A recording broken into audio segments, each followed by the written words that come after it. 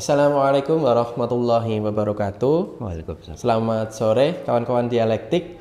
Berjumpa lagi pada episode spesial Ramadan Dialektik. Kali ini di episode kedua kita ditemani lagi oleh Pak Helmi Mustafa dari tim redaksi Progres. Siap. Dan tentunya sore hari ini kita masih melanjutkan obrolan kita tentang psikologi dan puasa, namun ada sedikit bumbu ataupun tambahan dari tema tersebut, yaitu tentang keseimbangan. Oke, itu ya Mas Helmi ya. Jadi mungkin Mas Helmi nanti bisa mengelaborasi lebih jauh lagi tentang keseimbangan dan kita akan mengalir obrolan kita tentang apa itu keseimbangan dalam berpuasa ataupun apa yang coba diraih dari menyeimbangkan dalam berpuasa. Gitu Mas Helmi. Oke. Bisa dimulai lagi Mas Helmi. Bisa, iya. Terima kasih Mas Yopi dan teman-teman semua. Dari obrolan kita yang lalu tentang psikologi puasa itu sebenarnya ada banyak turunan-turunan yang bisa kita dalami ya, bisa kita selami gitu. Dan sebenarnya itu juga bukan hal yang sulit atau rumit karena apa yang kita diskusikan atau kita pahami termasuk tentang keseimbangan itu kan hal-hal yang sehari-hari. Kita tentu mudah memahami misalnya puasa itu juga mengajarkan keseimbangan antara jasad kita dengan rohani kita gitu kan. Ada saat dimana kita itu memberi asupan fisik melalui makanan dan lain sebagainya.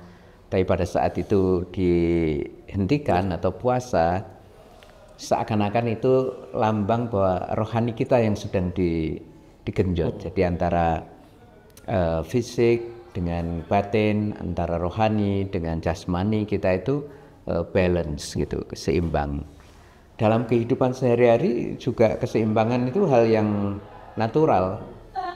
Kita naik sepeda misalnya, kalau nggak tegen, itu kan nggak seimbang. Gitu. Berarti kan memang dibutuhkan keseimbangan itu untuk supaya sesuatu itu bisa jalan gitu loh. Makanya sebelum kita ngobrol lebih jauh, saya lalu ingat ini Mas Yopi, ada sebuah humor dari Nasruddin Hoja. Itu seorang yang sangat masyhur dengan jok-joknya ya, seorang sufi yang ono we carane lek mikir gitu. Nah, suatu hari Nasruddin Hoja ini lagi nongkrong di warung, mungkin kalau sekarang ya di kafe gitu ya, kafe. Di situ banyak orang ngobrol. Terus di antara yang ngobrol itu ada yang mengkin dia gemar merenung dan ya atau sok filosofis atau apalah istilahnya. Lalu dia mengutarakan pertanyaan ke orang-orang itu. Begini pertanyaannya itu.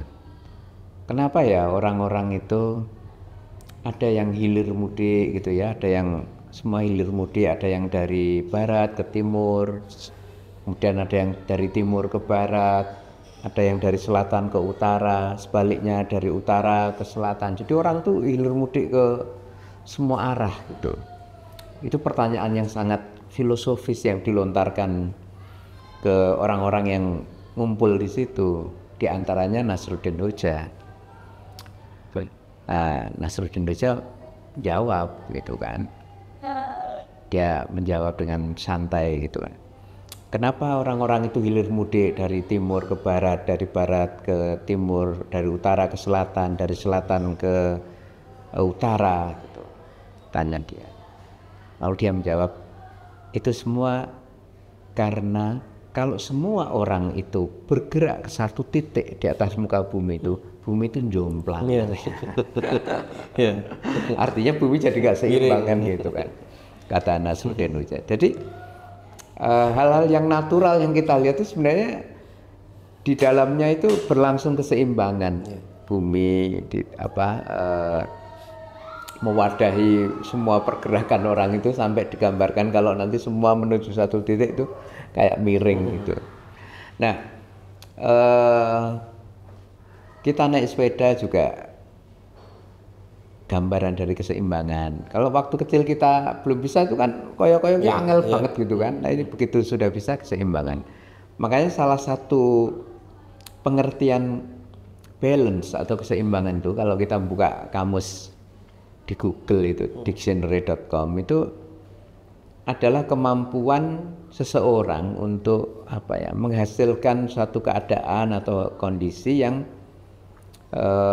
dengan semua potensinya, kekuatannya maupun daya dukungnya itu bisa mendistribusikan semua itu dalam proporsi dan komposisi yang pas dari kiri ke kanan maupun sebaliknya itu kemampuan ngecakke semua yang kita miliki. Maka kalau kita itu tidak mampu ngecakke atau mendayagunakan, memerankan, memaksimalkan apa yang kita miliki, itu bisa dikatakan mengarah kepada ketidakseimbangan gitu. Makanya hal-hal yang sifatnya distributif di dalam diri kita, tubuh kita, itu sebenarnya berbuah keseimbangan. Itu nggak kita sadari ya, hidup ini jalan, functioning, sebenarnya itu keseimbangan yang berjalan. Misalnya kita punya badan ini, raga dengan segala fungsinya, ada mata, ada kaki, ada kepala dan lain-lain. Itu kan bergerak dalam siklus yang mengandaikan keseimbangan. Misalnya kita ada saat dimana tidur, mata terpejam. Kalau melek terus pasti capek, nggak enak. Kalau capek nanti itu berdampak ke kemampuan yang lain yang menurun. Misalnya nanti diajak mikir rasanya abot. 3 hari aja kita kurang tidur, itu rasanya ini menurun gitu loh, kan gitu. Begitu juga kalau kita tidur terus, wih ya ampak nih awak itu, nih istilah Jawa itu. Rasanya nyawang kahanan itu beda gitu. Makanya sirkulasi pergerakan itu adalah metode dasar dari terbangunnya keseimbangan. Ibarat mesin mobil, kalau kita lihat ada bagian ini, bagian itu, semua harus terdistribusi perannya dengan merata. Kalau satu aja yang enggak berperan secara tepat pada fungsinya, katanya terganggu itu pergerakan mobilnya itu. Entah itu misalnya komponen filternya atau itu semua harus pada posisinya itu berfungsi. Jadi kalau kita ngomong gimana supaya kita itu seimbang, ya semua fakultas atau bagian-bagian di dalam diri kita itu bisa berjalan dengan baik gitu, secara proporsional. Kalau enggak nanti trouble, ada kekurangan dan lain sebagainya yang menimbulkan ketidaknyamanan gitu. Nah, kembali kepada puasa tadi itu, sebenarnya kita bisa memaknai puasa dalam kerangka itu, bahwa dengan puasa kita itu diseimbangkan lagi perpaduan antara raga kita dengan batin kita, perpaduan antara pikiran kita dengan rohani kita, perpaduan antara di dalam fisik kita aja kan ada kalanya butuh istirahat, ada butuh saatnya bekerja dan lain sebagainya. Jadi keseimbangan itu adalah bagian dari kesehari-harian kita, dan puasa itu juga punya makna di seputar itu, masuk. Kira-kira seperti itu sih. Ya, gitu. Ya. Kalau saya melihat puasa sebagai instrumen untuk membantu kita menyeimbangkan gitu ya Mas ya. Kadang mungkin tetap butuh ada peran dari internal kita sendiri untuk betul-betul memahami, jangan sampai bahwa seperti yang kita bahas di episode sebelumnya, bahwa 1 bulan puasa ini jangan dianggap sebagai kerangkeng yang kemudian nanti di 11 bulan lainnya akan terbongkar gitu ya. Artinya kita sudah belajar menyeimbangkan di 1 bulan ini, tapi di 11 bulan lainnya kita seakan-akan kembali pada ketidakseimbangan itu lagi kan Mas. Kan maksudnya kan misalnya paling basic kita menyeimbangkan pola asupan kita gitu ya, yang mungkin di 11 bulan lainnya kita terbiasa makan yang berlebihan, tapi kemudian di 1 bulan ini ada syariat yang mengharuskan kita untuk stop makan gitu dalam jangka waktu sekian jam. Meskipun nanti ketika buka bisa berpotensi tidak seimbang juga Mas. Ya, diseimbangkan lagi. Ada itu keseimbangan lagi gitu. Artinya dia tetap membutuhkan kesadaran kita untuk berfungsi gitu. Meskipun sudah ada instrumen hukumnya yang melarang kita untuk makan sekian jam ataupun perbuatan-perbuatan lainnya gitu kan Mas. Iya. Jadi kalau menurut saya kita bicara keseimbangan itu juga ada kaitannya dengan pandangan kita atau konsep kita tentang hidup. Kalau saya membayangkan kita hidup di dunia ini itu kan membutuhkan kemampuan untuk bisa hidup gitu kan, untuk bisa menjalankan apa saja yang kita jalani di kehidupan ini kan butuh kemampuan. Tidak bisa kita tahu-tahu bisa, kecuali beberapa hal. Dalam diri manusia itu ada banyak kemampuan yang untuk sampai ke sana kita tuh mesti belajar. Gitu ya. Jalan kaki aja kita dari kecil juga bertahap kan, enggak moro-moro lahir ceprot langsung iso jalan atau jogging kan, enggak, itu ada tahap-tahap. Nah, kemampuan-kemampuan yang kita capai itu ada nggak di dalam pikiran kita bahwa aku urip kudu iso. Urip ki mengandaikan adanya kemampuan pada diri manusia yang harus dimiliki gitu. Apakah itu berkaitan dengan fisik, motorik, atau kemudian yang lebih utama adalah bahwa di dalam hidup kita itu kita menghadapi tantangan-tantangan. Nah, atau kita di dalam hidup itu membutuhkan proses untuk memenuhi kebutuhan yang ada pada diri kita, baik itu kebutuhan yang bersifat fisikal, material, maupun kebutuhan-kebutuhan yang lain yang bersifat kultural, sosial, dan sebagainya. Nah, untuk mampu menjawab kebutuhan itu atau menjawab tantangan itu, di antara prasyarat yang kita punya adalah kemampuan mengontrol diri. Gitu kan. Kalau kita nggak bisa mengontrol diri nanti serampangan gitu. Kemampuan mengontrol diri itu penting karena kita nanti di dalam menjawab tantangan, problematika itu mengukur takaran gitu. Oh, segini saya harus mencapainya. Kalau enggak nanti saya bleset gitu.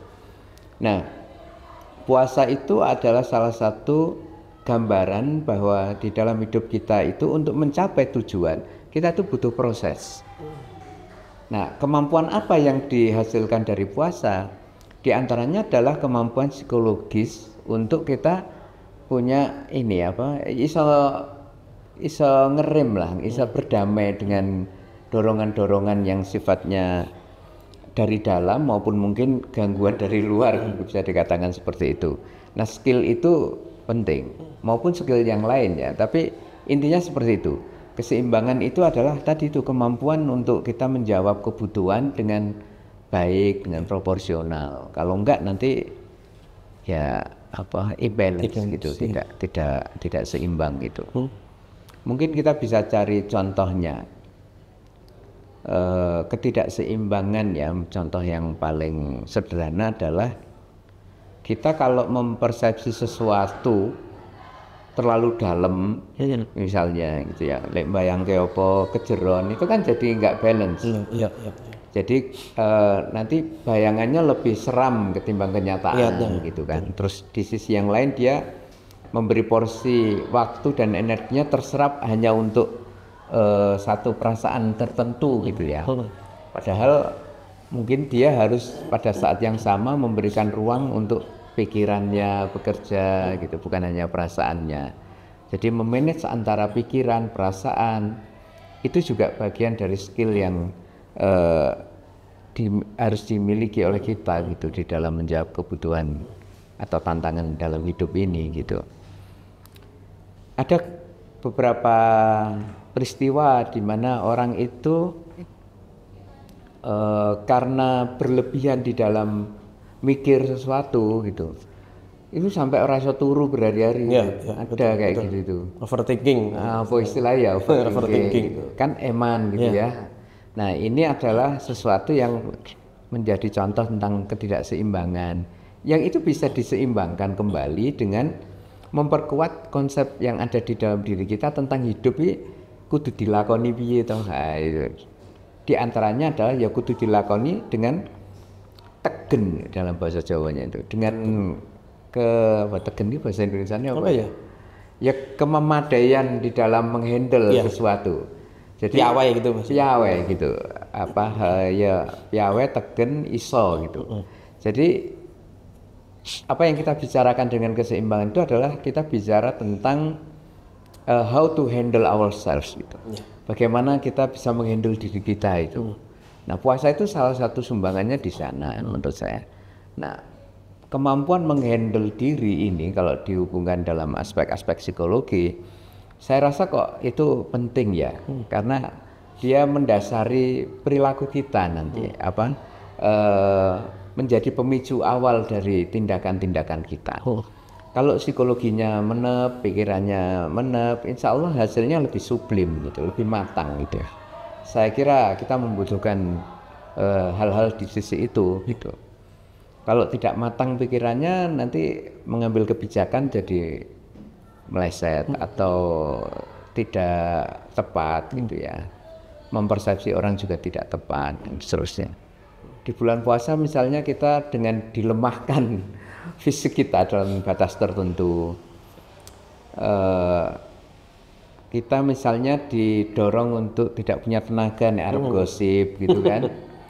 Ketika kita itu kan maksudnya mikir ya ngopo tuh ya gosip malah mengerasani wong gitu kan, belum tentu akurat tapi juga malah buang-buang waktu kita gitu.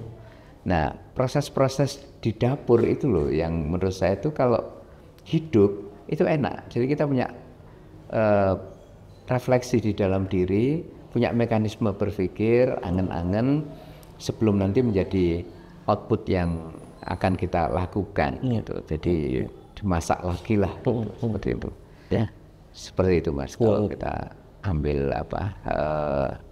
sisi lain dari puasa berkenaan dengan keseimbangan. Nah agama itu juga punya concern terhadap keseimbangan gitu. Yang paling standar, yang paling basic itu adalah keseimbangan antara dunia dan akhirat. Di dalam Al-Quran kan diajarkan dengan doa Rabbana atina fid dunya hasanah wa fil akhirati hasanah wa qina adzabannar. Jadi dunianya juga hasanah, akhiratnya hasanah. Kalau dunianya hasanah, akhiratnya enggak hasanah, itu tidak seimbang. Kalau akhiratnya hasanah, dunianya tidak, ini juga tidak seimbang kan gitu kan. Jadi bagaimana kita memanage dua ranah yang harus kita handle dengan baik, itu adalah pertanyaan kita dalam frame keseimbangan tadi itu gitu. Nah syariat agama Islam menurut saya mendidik kita untuk menghandle dunia dan akhirat kita itu dengan sebaik-baiknya. Jadi tidak boleh kita hanya ingat dunia lupa akhirat atau ingat akhirat lupa dunia. Dua-duanya harus disentuh dengan porsi dan sesuatu yang semestinya kita berikan secara lebih proporsional. Contohnya kalau di dalam khasanah tasawuf, salah satu pendekatan yang ditawarkan itu adalah bagaimana mewujudkan keseimbangan dunia dan akhirat. Itu dibayangkan seperti ini. Kita hidup di dunia ini kan dianugerahi waktu. Waktu itu 24 jam sehari. Nah, dikatakan bahwa dalam sehari itu kalau bisa ya dua-duanya itu tergarap. Dunia dan akhirat itu. Persentasenya terserah deh gitu. Tapi jangan sampai ada di antara dua itu yang benar-benar tidak terberikan. Jadi tidak boleh ada yang 0%. Nah, misalnya untuk dunia kita sehari-hari bekerja, beraktivitas. Anggaplah itu untuk dunia ya. Untuk mata pencaharian, untuk memenuhi kebutuhan lahiriah, memenuhi kebutuhan pendidikan anak atau mencukupi kebutuhan kita di waktu-waktu depan. Tapi dalam 24 jam itu kita juga harus menyisakan ruang pikiran kita, hati kita untuk ingat kepada Allah, kepada akhirat itu. Maka di dalam agama Islam ada misalnya sholat 5 waktu. Itu sebenarnya dalam makna ini membantu kita untuk online kepada Allah. Ada ruang untuk akhirat. Nah, selain sholat yang dianjurkan adalah zikir. Kita membaca kalimat-kalimat thayyibah misalnya dalam waktu terserah, misalnya mau habis subuh, mau habis maghrib, mau habis setiap sholat, berapa kali hitungannya tidak masalah, tetapi itu dipastikan membuat kita tuh ingat kepada Allah. Kalau kita ingat kepada Allah, itu input yang baik supaya kita punya output yang juga baik gitu. Jadi beberapa metode di dalam tasawuf yang berbicara tentang keseimbangan itu menyarankan itu tadi, ya kita bekerja dunia itu untuk dunia, terus kemudian untuk akhirat diwujudkan dalam bentuk diantaranya zikir, kemudian juga amal-amal soleh yang lain. Dalam 24 jam proporsi dunia dan akhirat itu kalau bisa tercakup semua, walaupun prosentasenya bisa 60, 40, 20, 30, 20, 80 itu nggak masalah. Yang penting jangan sampai hilang sama sekali. Dunia tok 24 jam terus akhiratnya ora ono dalam hari itu berarti kan kita nggak ingat. Nah, ingatan kita tentang Allah itu punya makna yang penting gitu. Dalam kaitannya dengan memastikan bahwa Allah itu memberikan perlindungan atau penjagaan kepada kita. Karena di dalam ayat Al-Quran yang saya kira banyak di antara kita sudah ingat itu ketika Allah itu hendak menciptakan anak cucu keturunan Adam itu kan membuat persaksian kepada calon-calon manusia ini, di mana Allah mengatakan alastu birabbikum, bukankah aku ini Rob kalian gitu. Terus manusia ini, jabang bayi ini, calon-calon manusia ini menjawab qalu bala syahidna, leres Gusti panjenengan Rob kami gitu. Nah, yang digunakan di dalam perjanjian itu adalah kata Robun, bukan ilahun. Robun itu artinya Allah sebagai zat yang maha kuasa, yang mampu dan memiliki kekuatan untuk memfasilitasi semua hamba-hambanya, semua ciptaannya, mampu memberikan menjawab kebutuhan semua hambanya butuh apa Allah memberikan, maha memberikan fasilitas kepada semuanya, termasuk ketika hambanya itu membutuhkan pertolongan itu akan diberi perlindungan. Jadi perjanjian ini tadi itu memberikan pelajaran tentang kalau kita ingat kepada Allah, Allah itu akan menampakkan Robnya, mewujudkan, memanifestasikan Robnya itu. Tapi kalau kita nggak ingat bahwa Allah itu Rob, seakan-akan Allah itu nggak punya alasan gitu loh. Wong kowe ra eling kok. Tapi nek eling, Allah akan memberikan rububiyahnya atau kepengayomannya, maha memfasilitasi hambanya dan lain sebagainya. Nah, dalam 24 jam kita ingat kepada Allah, meskipun sekian waktu saja, itu punya makna itu, yaitu untuk memastikan bahwa Allah itu memberikan perlindungan kepada kita. Itu salah satu tafsir tasawufi di dalam makna ayat tadi itu. Jadi penting mengingat kepada Allah itu.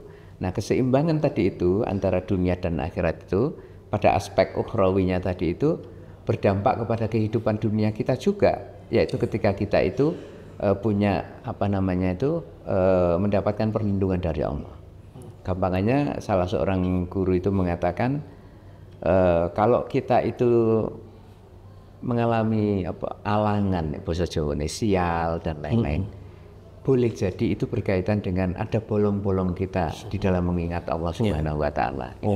Ini menurut Syekh Nur Somad Kambang salah satunya. Jadi ternyata keseimbangan itu saling berkaitan ya antara dunia dan akhirat tadi itu. Ingatan kita kepada akhirat, ingatan kita kepada Allah itu juga ada buahnya terhadap dunia kita. Dunia kita yang kita kelola dengan baik juga nanti berakibat kepada akhirat kita yang baik. Kan dikatakan bahwa dunia ini ladang persemaian untuk akhirat. Kalau di dunianya kita itu maksimal mengerjakan sesuatu dengan baik, nanti di akhirat kita itu punya rapot yang baik, dan rapot yang baik di akhirat ini nanti pada tahap-tahap berikutnya itu membawa hasil yang baik. Yang saya maksud tahap itu misalnya setelah kita hidup, kita masuk di alam kubur. Kata Nabi, alam kubur ini adalah awal dari akhirat. Karena begitu nanti di alam kubur, kemudian masih mengalami fase hari kebangkitan, kemudian nanti hari dihisab, baru kemudian nanti tahap masuk surga dan seterusnya. Nah, ketika tahap pertama tadi itu baik, tahap kuburan ini, maka nanti tahap berikutnya lebih mudah, lebih baik. Nah, padahal tahap yang ini modalnya di dunia tadi itu. Jadi keseimbangan yang kita bicarakan itu ternyata kalau kita lihat dalam spektrum yang lebih luas itu investment pada tahap-tahap berikutnya yang lebih baik gitu. Jadi jauh sekali kita bicara itu. Maka menghandle kehidupan dunia dengan seimbang dan baik itu penting sekali menurut saya itu. Bahkan konon tadi kita memberi contoh tentang overthinking, kelihatannya sederhana, tapi masalah-masalah yang berkaitan dengan ketidakseimbangan itu mungkin cukup banyak ya, cukup banyak yang tidak bisa kita rinci satu persatu. Tapi di antara hal-hal menyangkut keseimbangan itu, di antaranya adalah keseimbangan kita memahami dunia dan akhirat tadi itu. Dan puasa itu adalah metode yang dididikkan oleh Allah kepada kita supaya kita juga seimbang dunia akhirat. Kita ya makan, tapi kita juga tidak makan dalam arti kita memberi ruang kepada rohani kita. Ya dunianya makan, akhiratnya juga kita kelola dengan sebaik-baiknya. Gitu sih, Mas. Benar ya Mas Helmi, karena kalau saya tarik ke pelajaran fisika dulu, saya pernah belajar itu bahwa sebuah ekosistem itu dia ketika diganggu keseimbangannya, dia pasti akan mencari titik keseimbangan yang baru. Artinya bahwa keseimbangan ataupun balance dan lain-lain itu kan fitrah ya. Fitrah ya. Dalam ekosistem alam yang diciptakan oleh Allah, ketika dia ada gangguan itu pasti sistem akan mencoba mengkoreksi dirinya sendiri. Sampai pada titik mungkin ya dia tidak bisa dikoreksi, mencari keseimbangan yang baru. Artinya kadang kita misalnya berbicara ada bencana alam ataupun mungkin ada wabah atau apa, itu kan sebagian orang berpendapat bahwa itu sistem koreksi dari alam untuk dalam tanda kutip memastikan bahwa keseimbangan ini tetap terjaga. Walaupun pada satu titik ketika itu sudah dilampaui ya mau tidak mau kita tidak bisa lagi kembali gitu kepada kondisi sebelumnya karena sudah terlalu parah gitu. Dan saya melihat Islam sendiri pun juga fitrahnya kan keseimbangan ya. Kan disebutnya kan agama tengah gitu ya. Kalau kita bicara dari segi teologinya kan dia kan merupakan perimbangan dari dua kutub. Kalau saya kita bicara satu mungkin Nasrani, satunya Yahudi, di tengah-tengahnya ada syariat dari Islam yang dia menyeimbangkan dari dua itu. Terus ajaran-ajarannya pun juga semua saya rasa pasti sumbernya adalah kita mencari keseimbangan itu tadi Mas ya. Dan kalau di episode sebelumnya kita juga waktu itu mengkaitkan antara bagaimana puasa itu bisa dalam tanda kutip menjadi solusi pangan dunia itu ya. Saya rasa kan problem sebagian besar yang kita temui di seluruh dunia ini kan berawal dari ketidakseimbangan. Konsumsi yang berlebihan, eksploitasi yang berlebihan, segala yang berkaitan dengan berlebihan itu Mas, yang dilakukan oleh masing-masing individu, namun terakumulasi menjadi satu skala besar gitu, sehingga dia memberikan dampak yang luar biasa besar gitu. Gampangannya kalau kita misalnya berbicara di lingkup kota Jogja, kemarin ada problematika sampah misalnya kan, itu kan juga bentuk keseimbangan juga, bagaimana kita mengelola sampah kita, ataupun bagaimana kita mengkonsumsi, ataupun bagaimana kita memperlakukan sebuah barang gitu kan. Saya suka sekali dulu kalau Mbah Nun bilang itu tidak membuang sampah tapi meletakkan sampah pada tempatnya. Karena yang kita sebut sampah itu kan konotasinya bahwa dia sudah tidak lagi punya fungsi ataupun tidak punya manfaat kanggo, sehingga lepas dari cakrawala kita untuk mentreatment barang itu, sehingga dia harus disingkirkan sebisa mungkin. Cuman kalau konsepsinya adalah meletakkan sampah pada tempatnya, itu kan berarti dia itu masih punya nilai, hanya tempatnya yang harus kita cari. Betul. Dan tantangan, artinya ketika kita paham bahwa itu semua berkaitan dengan keseimbangan, kan berarti pertanyaan berikutnya adalah pencari keseimbangannya. Masing-masing itu kan, masing-masing dari individu kita punya tugas dalam tanda kutip untuk mencari keseimbangan bagi diri kita sendiri ya Mas. Sederhananya kalau kita berlebihan dalam makan es krim, mungkin efeknya sehingga badan pun akan memberikan sinyal begitu ya. Sama seperti alam tadi, ketika ada sesuatu yang sudah mulai berlebihan, dia sudah akan memberikan sinyal gitu. Hanya kita paham nggak sinyal itu sebetulnya warning bahwa kita sudah mulai out of balance nih gitu kan. Jangan diterabas. Gitu. Makan soto kalau kebanyakan kan ya dari segi istilahnya itu rasa yang semula nikmat enak kan pada titik tertentu dia sudah malah enak, malah bisa enak gitu atau apa. Makan apapun juga begitu. Jadi itu saat dimana kita harus berhenti gitu. Nah, keseimbangan ini kalau kita cari di dalam ajaran Islam misalnya itu berlimpah ya. Misalnya ya Kanjeng Nabi misalnya mengajarkan supaya kita dalam hal makan itu kan jelas tuh kan, makan ketika lapar, berhenti sebelum kenyang. Itu kan ajaran yang menurut saya bagus sekali ya. Artinya makan ketika lapar berarti mangannya kan waya mangan kan gitu kan. Bukan karena mencium aroma bakwan terus golek-golek bakwan gitu kan, atau mengendus aroma sop buntut enak gulai, enggak memperturutkan itu, tapi benar-benar ketika saatnya badan itu harus diisi gitu kan. Pun demikian ketika wis kok rasanya wis rada ya berhenti. Itu contoh keseimbangan. Ada hal yang lain yang keseimbangan itu contohnya adalah Nabi Muhammad itu sendiri juga. Misalnya beliau itu digambarkan sebagai pribadi yang di siang hari itu maksimal beliau itu bekerja.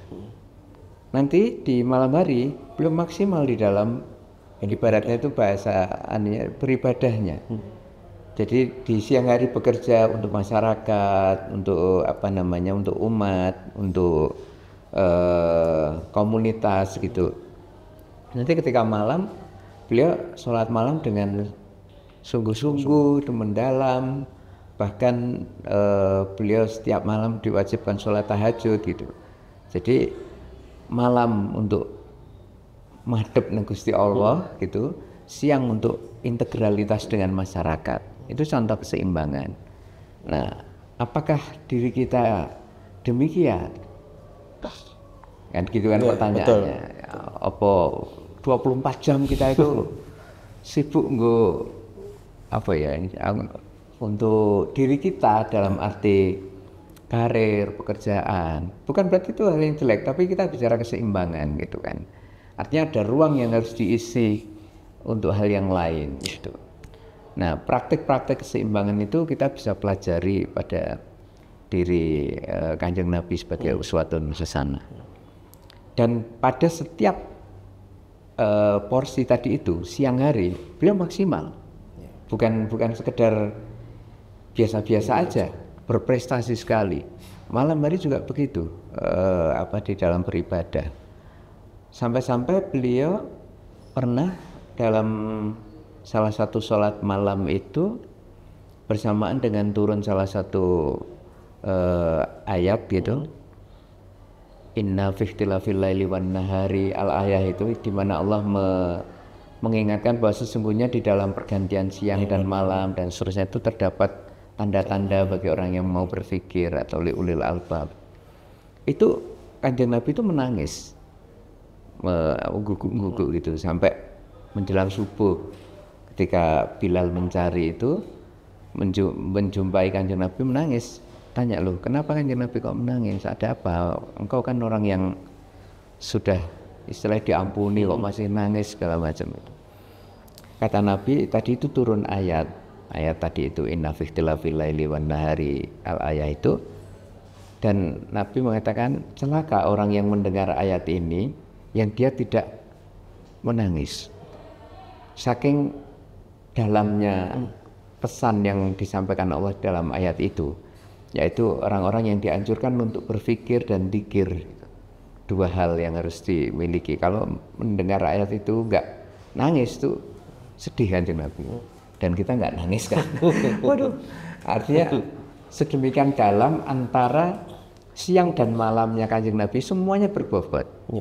Bukan sekedar iya dan iya, tapi kedalamannya itu yang mengagumkan. Nah, bagaimana kita bisa di dalam bekerja itu profesional, menjaga etik dengan baik, memenuhi komitmen dengan baik, tapi juga ibadah kita itu mendalam. Itu menurut saya keseimbangan yang keren gitu. Jadi kita nggak bisa sergap sholat tapi nanti interaksi sosial saya tidak baik, atau pekerjaan saya tidak kita handle dengan sebaik-baiknya. Kan enggak seperti itu. Nah, keseimbangannya Kanjeng Nabi itu adalah keseimbangan yang berkualitas. Keseimbangan yang berbobot gitu. Nah, saya membayangkan bahwa dengan puasa, dengan kita meneladani Kanjeng Nabi, itu didorong untuk punya kualitas handling hidup yang mendalam, yang bagus gitu. Enggak asal-asalan gitu kita menjalani hidup itu.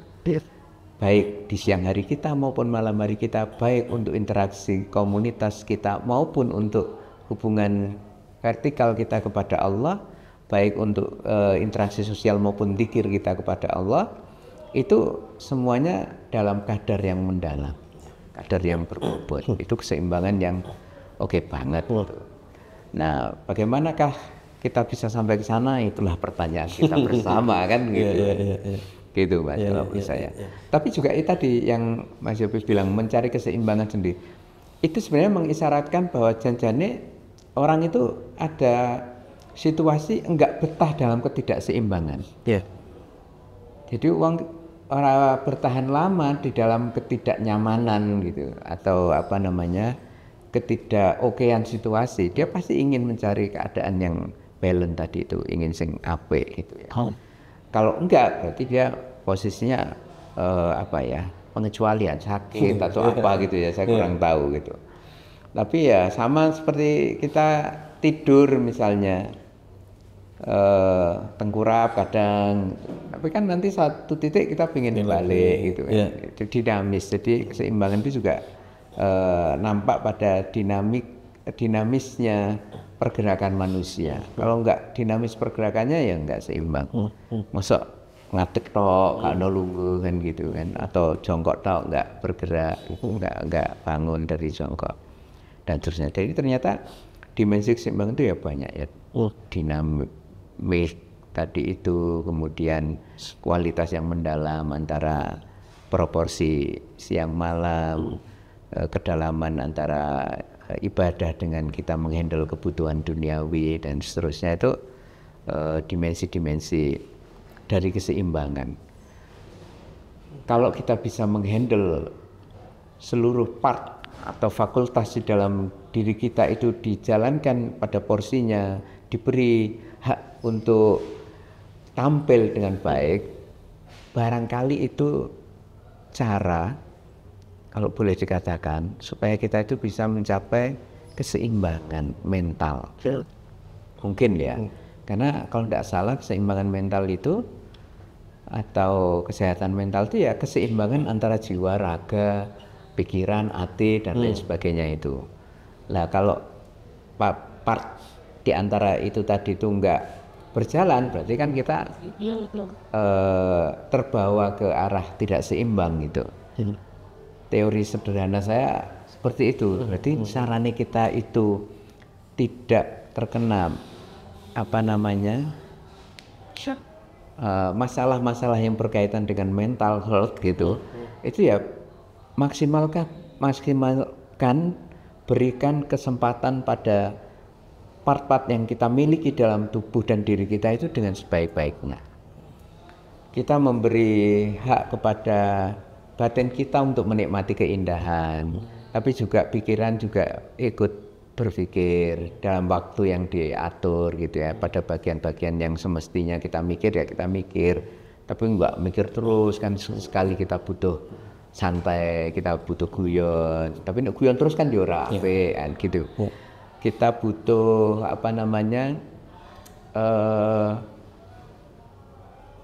berlama di satu ruangan terus kan oke, tapi juga nggak baik. Kan butuh kita memandang alam yang luas gitu kan. Makanya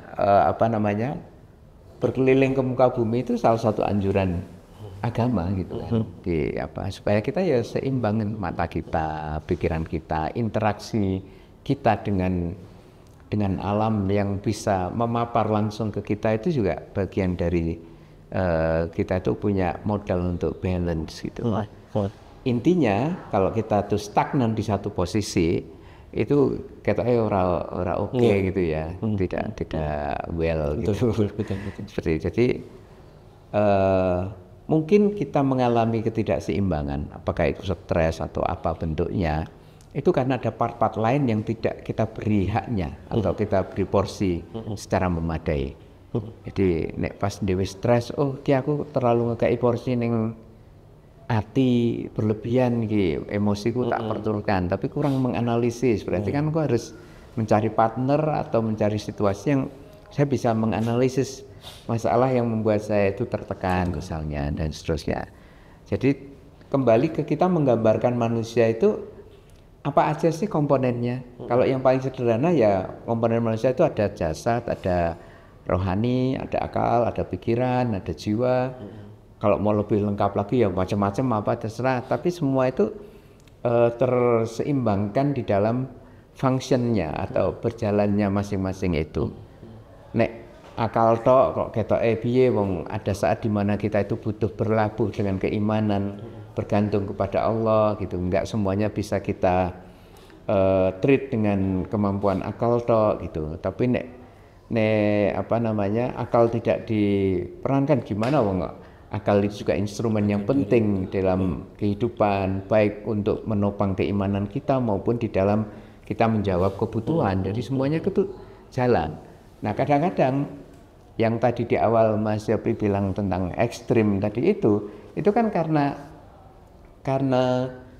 berlebihan di dalam memberi porsi satu hal, mengabaikan yang lain tadi itu. Jadi akhirnya jomplang tadi itu seperti yang dicemaskan sama Nasruddin Hoja. Semuanya ke satu titik. Kita satu titikkan diri pada satu titik itu akhirnya jomplang gitu. Mungkin ya ini rekor-rekor saya aja gitu. Ya saya rasa kita sepakat bahwa berlebihan itu di semua aspek pasti akan menimbulkan efek yang tidak baik. Bahkan istilahnya berlebihan dalam beragama pun ya Mas ya. Karena kalau tadi Mas Helmi menyampaikan tentang contoh Kanjeng Nabi yang sungguh-sungguh di siang dan malam ya. Saya menerjemahkan siang dan malam itu kan aktivitas kita keduniawian dengan aktivitas kita ke rohanian gitu kan. Artinya kadang kan ya saya cuma pernah melihat gitu beberapa kelompok atau komunitas yang dia seakan-akan itu dunia itu cuma mampir ngombe istilahnya begitu. Sehingga tidak perlulah kita terlalu tenanan banget gitu. Sementara saya ingat dulu bukan kontradiksi tapi paradoks yang disampaikan oleh Mbah Nun. Bahwa dunia ini hanya permainan gitu. Tapi permainan ini pun juga harus sungguh-sungguh gitu kan. Nah, saya mencoba untuk menarik itu ke ranah bagaimana kita mengelola peradaban kita di dunia ini. Sebetulnya kan bukan tujuannya untuk memperlama kita tinggal di dunia, tapi ketika kita hidup di dunia, bahwa kita menjadi satu bagian sebuah peradaban dunia, itu kan mencegah ekses dari keberadaan kita di sini sehingga menimbulkan kezaliman ataupun ketidakseimbangan gitu. Karena saya mengamatinya begini, dalam sejarah peradaban dunia itu kan salah satu problem utama itu adalah populasi. Dan populasi kita itu hampir selalu meskipun ada satu masa dia turun karena pandemi lah, bencana atau apapun, tapi dalam skop yang lebih luas itu dia pasti selalu naik. Sementara kan tempat tinggal kita hanya satu bumi ini. Terus alam sumber dayanya cuma satu ini. Gitu. Dan kalau dari perhitungan ilmuwan itu, pola hidup kita seperti sekarang itu tuh katanya sebetulnya membutuhkan 1,5 bumi. 1,5 bumi. Butuhnya setengah lagi harusnya. Kalau kita pola hidup seperti ini. Nah, artinya kan sebetulnya ketika kita berbicara dalam hidup di dunia ini tuh kan kita mencegah berlebihan. Dalam hidup dunia itu kan kita tidak untuk berfoya-foya dan bersenang-senang dalam tanda kutip yang berlebihan, ya kan? Tapi ketika kita melihat Kanjeng Nabi yang sebegitu sungguh-sungguhnya dalam istilahnya menjadi seorang manusia yang hidup di bumi, kita menurut saya persinggungannya adalah segala kesungguh-sungguhan yang kita lakukan di dunia ini itu untuk mencegah kezaliman yang muncul akibat kita sebagai manusia fitrahnya hidup seperti ini gitu. Artinya kita masih harus terus berinovasi, masih harus terus melakukan perkembangan teknologi dengan tujuan bukan untuk kenyamanan kita hidup di dunia, tapi lebih utamanya adalah mencegah efek buruk gitu dari keberadaan kita gitu kan. Betul. Artinya mencegah madharat. Iya, mencegah mudarat yang lebih besar gitu, Mas. Sama-sama kita mencari dalam tanda kutip efisiensi memproduksi pangan misalnya. Tapi kan kalau saya lihat sekarang tujuan utamanya adalah mencari profit yang lebih besar. Bukan kepada bagaimana menghemat air, bagaimana menghemat benih sehingga itu bisa membuat lebih sustain dan alam itu lebih terjaga. Gitu. Kalau saya melihatnya begitu. Di dalam Islam bahkan salah satu kaidah di usul fikih itu kan ada itu, Mas. Darul mafasid aula min jalbil masalih. Jadi mencegah kemudaratan itu lebih utama ketimbang mencari kemanfaatan. Tadi itu mencari kebaikan atau mencari kemanfaatan itu, menciptakan kemanfaatan karena lebih diprioritaskan mencegah kemudaratan itu. Jadi yang tadi disampaikan Mas Yopi inline dengan prinsip usul fikih ini dan itu masuk akal karena sifatnya itu urgen gitu kan, menyelamatkan keadaan yang tidak baik, yang buruk itu harus segera diatasi, harus segera dihandle dengan berbagai isu-isu yang tadi Mas Yopi sebut. Memang itu tantangan nyata yang harus kita hadapi. Misalnya eksponensial dari pertambahan penduduk atau populasi di bumi itu terus kepiye? Apakah sudah proporsional pemerataannya misalnya? Betul. Apa diperlukan program kembali retransmigrasi biar tidak gumpal di satu titik kan jomplang nanti kata betul kan begitu. Kan problem itu belum dalam tanda kutip belum muncul ketika era zaman-zaman itu. Tapi semakin lama kan tidak bisa kita hindarkan gitu. Satu, tidak, istilahnya saya kadang goyangnya gini, tidak pernah ada syariat yang dari Kanjeng Nabi itu membatasi lahirnya anak.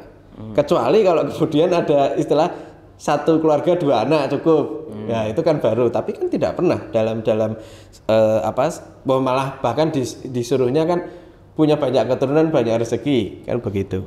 Tapi kan harusnya itu kita inline dengan bagaimana kita mengelola sejumlah manusia ini yang dia hidupnya pasti pada saat itu akan berdesak-desakan gitu. Bahkan dalam jumlah populasi sekarang ini pun kita sudah mengalami ketidakseimbangan yang luar biasa gitu. Artinya kalau kita tidak mendayagunakan akal pikiran kita ataupun effort kita untuk mencari solusi ke situ, maka kita akan kesusahan untuk mencari alasan untuk bersungguh-sungguh dalam kehidupan di dunia ini gitu loh Mas. Artinya minimal kalau spektrum lebih luas ya, bahwa kemudian kita punya motivasi atau alasan lain yang memang itu inline dengan syariat kita, itu ya pasti sah-sah saja gitu. Tapi saya rasa ketika misalnya kita bicara inovasi, kita bicara perkembangan ilmu pengetahuan dan teknologi, itu sayangnya kan kita melihatnya seringnya itu digunakan untuk memperbesar profit. Menghemat itu kan tujuannya mendapatkan lebih banyak profit gitu loh kalau yang saya lihat. Entah itu mungkin dari skala perusahaan maupun individu ataupun negara gitu. Jadi akan sangat sayang ketika kita betul-betul bisa memahami dalam tanda kutip ya, hafal, mengelotok semua aspek agama, tapi kemudian kita neglect kehidupan dunia kita gitu. Seakan-akan ya memang sih kehidupan kita itu hanya mampir ngombe, tapi kadang kan kesungguh-sungguhan kita di dunia itu ditariknya adalah biar kita hidup nyaman, biar kita hidup enak. Emang hidup nyaman itu yang kita cari Mas ya. Artinya jangan sampai kezoliman itu muncul karena eksistensi kita gitu, manusia gitu. Ya mungkin sebagai Mas Helmi membungkus itu semua. Gimana Mas? Sebenarnya dari obrolan kita yang masih agak random ini, itu ada banyak tajaman-tajaman yang nanti bisa kita fokuskan mungkin pada episode berikutnya. Termasuk ketika Mas Yopi bicara tentang anak tadi itu banyak anak segala macam, itu kan mengingatkan kita kepada prinsip Al-Quran itu bersifat mengingatkan manusia jangan sampai mereka itu meninggalkan keturunan yang lemah. Wal yahsal ladina law taraku min khalfihim dzurriyyatan di'afan. Jadi tidak mengatakan batasi anakmu, enggak, tapi antisipasilah atau waspadalah jangan sampai kalian tuh meninggalkan anak-anak cucu yang mereka nanti itu kondisinya lemah. Berarti kan perintahnya gimana supaya mereka itu tidak lemah kan begitu kan? Gimana mereka tidak berdaya gitu kan, dan seterusnya. Terus tadi juga disinggung tentang keberlebihan di dalam agama dan lain sebagainya. Ini juga nanti bisa menjadi satu topik karena di dalam agama itu ada konsep yang ada satu term yang disebut sebagai ghuluwun, yaitu berlebihan di dalam beragama. Itu apa saja sih sebenarnya yang dimaksud? Mungkin lain waktu kita bisa diskusikan. Termasuk menurut saya ketika tadi Mas Yopi mengutip dalam falsafah Jawa, uripnya ya mampir ngombe, ini harus dipahami konteksnya. Artinya ini bukan kalimat yang berlaku untuk semua keadaan atau kepada siapapun. Ini kalimat ditujukan kepada orang sing mungkin wis kakean kadonyan. Gitu, diingatkan. Nah, diingatkan itu artinya dikonseimbang lagi. Terus juga di dalam Al-Quran itu ada banyak pesan-pesan Allah itu yang ditujukan untuk menyeimbangkan kembali orang yang sudah terbawa kepada satu keadaan yang parah gitu loh. Kalau orang terlalu menimbun harta yang banyak, Al-Quran mengingatkan.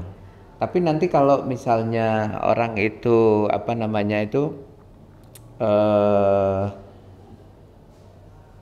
apa istilahnya itu, yang berkaitan dengan Allah memesankan supaya orang itu di dalam menuju akhirat itu juga harus ingat bagiannya di dunia. Nah kayak gitu. Jadi antisipasi dari Al-Quran oleh ayat-ayat Al-Quran itu perkecenderungan orang. Kalau dia berkecenderungan meleset di sini, Al-Quran sudah punya pengingat itu. Jadi kalau kembali ke mengunci atau membungkus ini tadi itu menurut saya Mari kita dari tema keseimbangan ini bisa menyebar ke berbagai aspek yang terkait dengan jiwa kita, pikiran kita, badan kita dan lain sebagainya, termasuk bagaimana agama nanti itu memahamkan kepada kita tentang konsep kita mengantisipasi sifat yang tidak seimbang atau berlebihan. Nanti mungkin kita membutuhkan sesi tersendiri, Mas. Siap. Menarik, Mas Helmi. Tadi kita jadi punya ada ide-ide, poin-poin tadi yang bisa kita kembangkan gitu ya dari berangkas ini. Karena saya yakin temanya akan sangat luas, dan tapi kita juga ingin berbicara pada tataran yang lebih dekat lagi dengan keseharian kita, dengan realitas kita. Meskipun kita lambari dulu dengan sebuah konstruksi yang lebih umum gitu ya. Jadi kita bisa menuju hal lebih spesifik. Baik rekan-rekan dialektik, episode ini kita cukupkan. Jangan lupa teman-teman bisa menikmati episode-episode lainnya di kanal YouTube Dahem Kultur, dan nantikan episode-episode berikutnya selalu di kanal yang sama. Dan jika teman-teman berkeinginan untuk hadir langsung pada rekaman dialektik, bisa langsung ke Dahem Cafe Kolak Kultur yang ada di Pandega Marta nomor 39 Sleman, Yogyakarta. Dan tentunya nantikan informasi lebih lanjut di kanal media sosial kami. Terima kasih. Kami cukupkan saat ini saja. Terima kasih. Assalamualaikum warahmatullahi wabarakatuh. Waalaikumsalam warahmatullahi wabarakatuh.